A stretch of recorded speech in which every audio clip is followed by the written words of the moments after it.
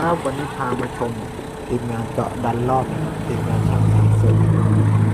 ครับวันนี้หน้างานเราอยู่ที่อำเภอลาดยาวนครสวรรค์นะครับวันนี้เป็นงานเจาะระยะทางไม่ไกลมากวันนี้จบอยู่ที่8เมตรนะครับพร้อมดันท่อเจาะด้วยระบบไฮดรอลิกทีมงานค่อนข้างจบ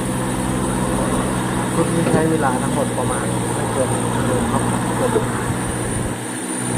ฝากผลงานด้วยนะครับสนใจใช้เครื่องเจาะติดต่อสอบถามเข้าได้เลย